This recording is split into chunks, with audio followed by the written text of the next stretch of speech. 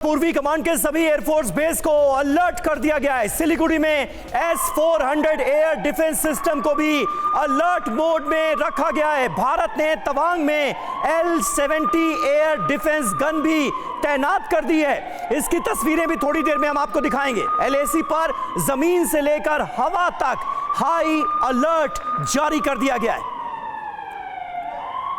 तो तवांग में जिस तरह की झड़प हुई और जिस तरह से यथास्थिति को बदलने की कोशिश की गई, उसके बाद अब पूरी तरह से अलर्ट जारी कर दिया गया है। पूर्वी कमांड के सभी एयरबेस को हाई अलर्ट पर रखा गया है। सिलीगुड़ी में S-400 एयर डिफेंस सिस्टम को भी अलर्ट मोड पर रख दिया गया है।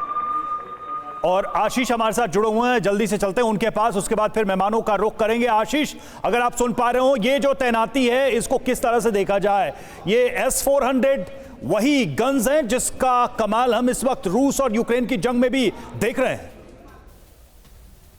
अगर आप अपने बच्चों को पैसे का पार्ट नहीं सिखाएंगे तो पैसा कमाने के बाद में हो सकता है वो आपको ही बेच दें। सावधान, फ्रीडम ऐप को डाउनलोड करें, बच्चों को पैसे का पार्ट कैसे पढ़ाना है सीखिए।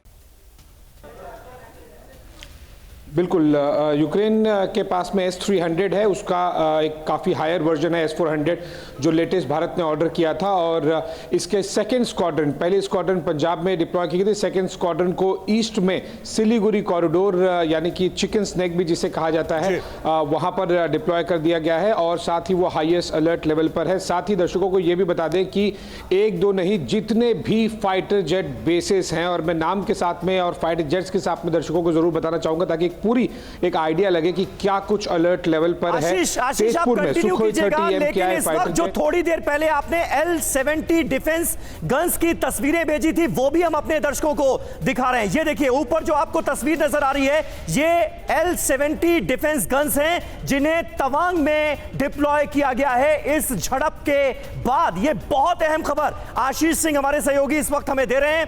L-70 डिफेंस गन्स भी डिप्लॉय की गई हैं। इसके अलावा S-400 डिफेंस सिस्टम को भी अलर्ट मोड पर रखा गया है। आशीष,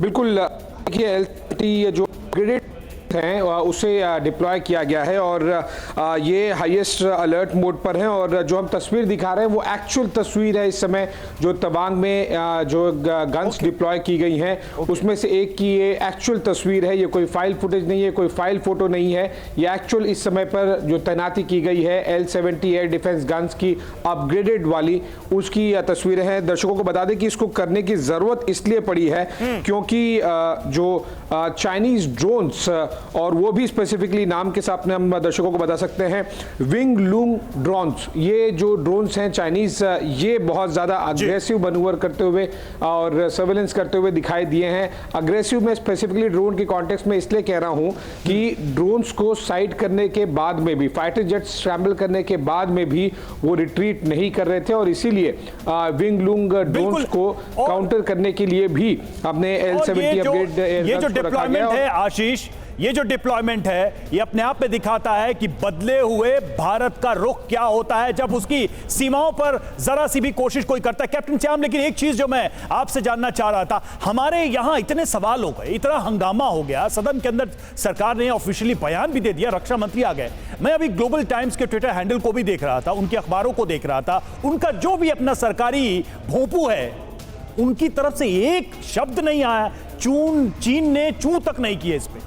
इसको कैसे देखते हैं? चाइना की जो नीति है, मैंने जैसे पहले कहा, उसके हिसाब से वो धीरे धीरे इंच बाय इंच अपनी जो विस्तारवादी नीति है उसके हिसाब से वो एक्सकर्शंस करता रहता है।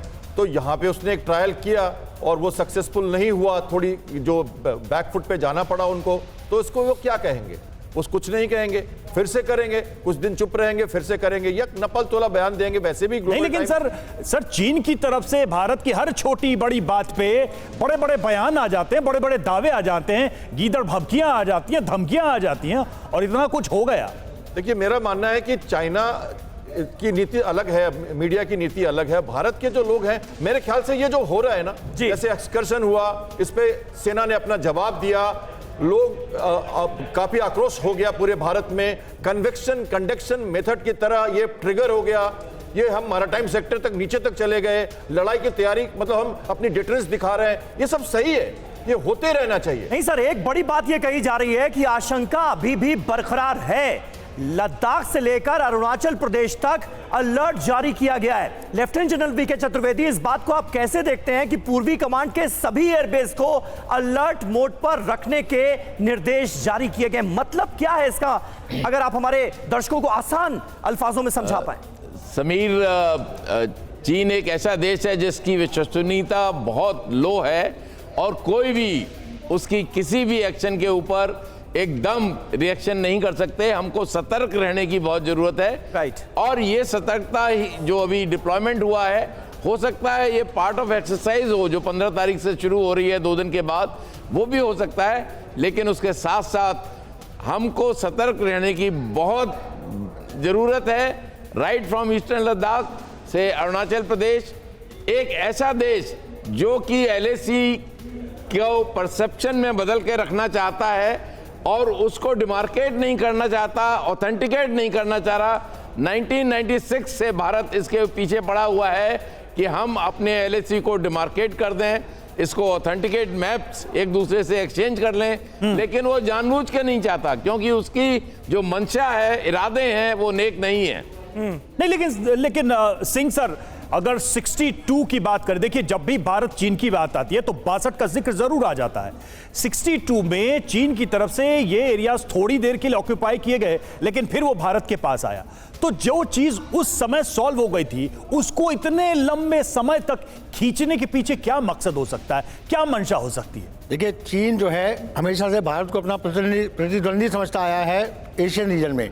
उसके जो एक्सप्रेशंस हैं कि चीन जो है पूरे विश्व की एक पावर बनना चाहता है, उसमें उसको लगता है कि भारत एक बहुत बड़ी बाधा है, तो इसलिए वो भारत के साथ कोई भी बॉर्डर इशू है, कोई भी इशू रिजॉल्व नहीं करना चाहता। नहीं, क्या वो नहीं जानता कि भारत की 1 इंच जमीन को भी वो नहीं हासिल कर सकता?